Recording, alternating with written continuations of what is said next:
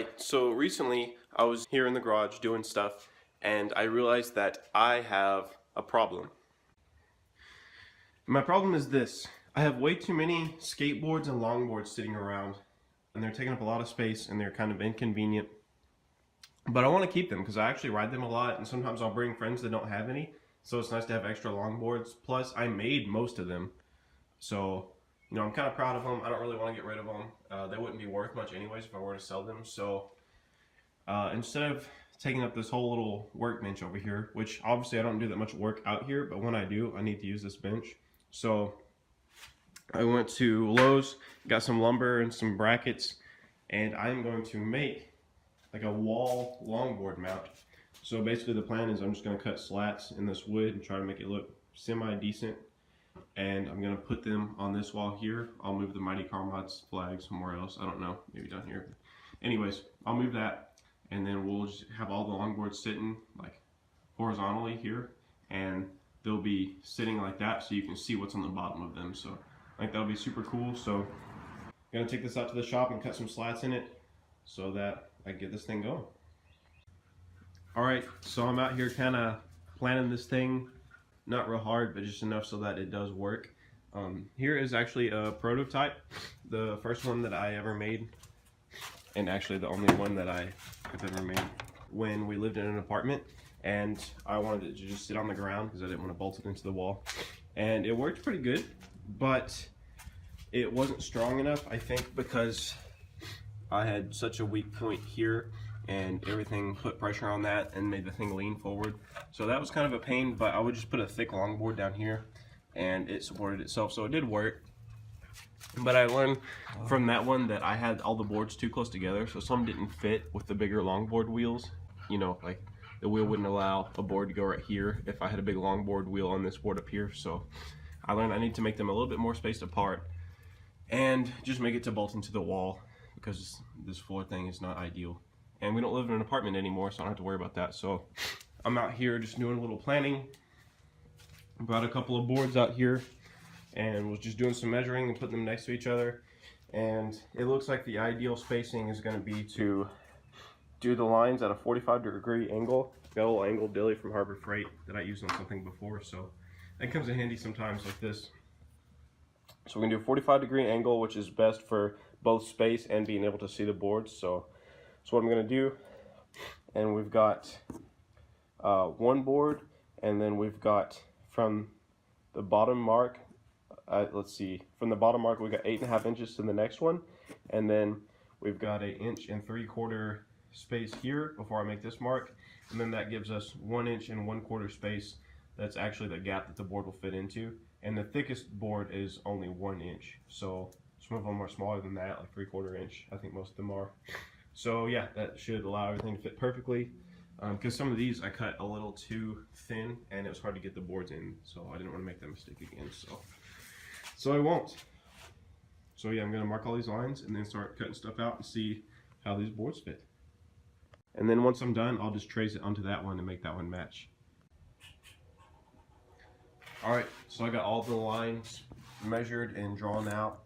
This is the outside line that I'm using here. So spacing is good, angles are good, measurements are good, and everything's all set. And I'll have room to put 9 boards on here, which is a couple more than I actually have. So this will do for now. So now I'm just going to take a jigsaw and cut a couple of these out, and make sure that I can get a couple of the bigger boards in there, and then I'll do the rest of them. Alright, so I got a couple of these holes cut and test fitting a couple boards in here, and it's looking perfect. All that measuring paid off. So this is the board with the most spacers under here, so that it makes the wheels down the furthest, and there's plenty of clearance between that and the next board. And this board's the thickest. It was the first one I made, and I made it a little thicker than it needs to be, and there's plenty of room. It slides in there easily, a little bit of play, so it'll come out nicely. On that one it would get stuck and I would have to like yank it out. So yeah, this is gonna work. Don't pay any attention to what's going on down here because it's not gonna matter, because both sides of this are going to match, so the boards will be perfectly spaced out. But yeah, and Luna's running off with the scraps. That's okay, it's just wood, ain't gonna hurt her. But yeah, I'm going to cut the rest of these out, trace it onto that one, and then cut those out and then stain them both. Call it a day. Hey, hey. Alright, so we got the first piece cut out, and it turned out really good, I think. So I went ahead and traced the lines onto this other board.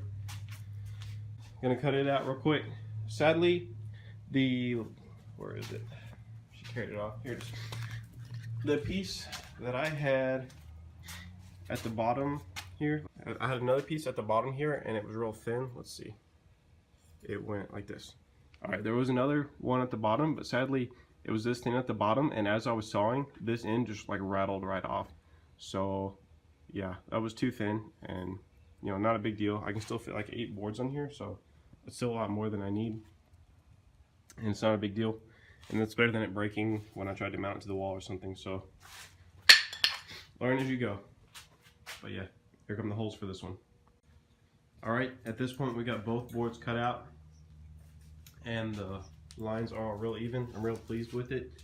So they need stain, but I don't have it with me, and I want to keep working. So for now, I'm going to just get these L brackets where I want them and go ahead and screw them in, and I can just take the screws out when I stain it, and then I'll already have the holes to put the screws back in where I want them. So I'm probably going to have them spaced out about like that, and that's how they're going to bolt to the wall or screw to the wall. And that should be enough for, you know, skateboards that are going to be on it. If it was going to have a whole lot of weight, you would want to do something different, but for this I think it'll be good. So I'll have brackets like that on both sides, a little bit offset so the screws don't run into each other when you drill them in, but it should be good. Gonna go ahead and screw those in and we'll be set. Alright, got some brackets screwed on there, and this is how they look. So it's pretty much done except for getting stained.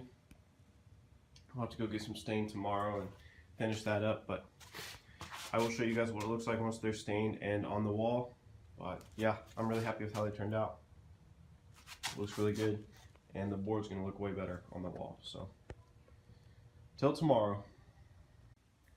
Alright, here they are, all stained up, looking fresh. I really like staining wood stuff because it's super easy versus painting, and it looks better in my opinion. And like, you can't screw it up. Like, it's easy to screw it painting, but staining, you just slap it on there and it's good to go. But anyways, these are gonna go on the wall right here. So I'm about to screw them on there and put some boards on there, see how it looks. And here she is, 100% complete with all my boards on it, most of which I made.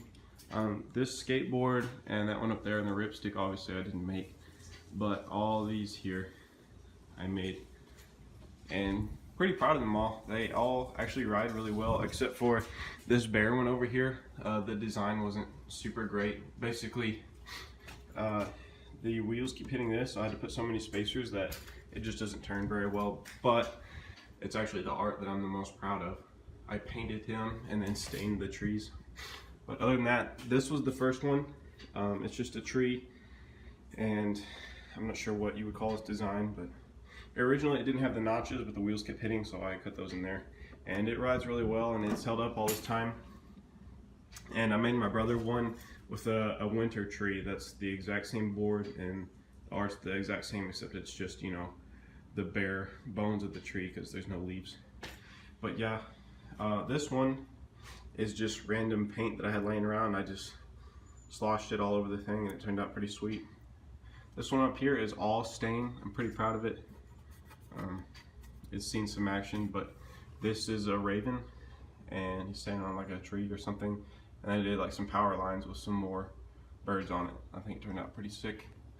And then this up here was actually some old Batman comics I got from a guy at a comic shop. He had some old, really beat up ones that he sold me for cheap. And I just put them on the board, and it turned out great. And that's just a skateboard, but those are my boards and my brand new board rack. I'm pretty proud of it. It turned out good, and for minimal effort too, so not bad.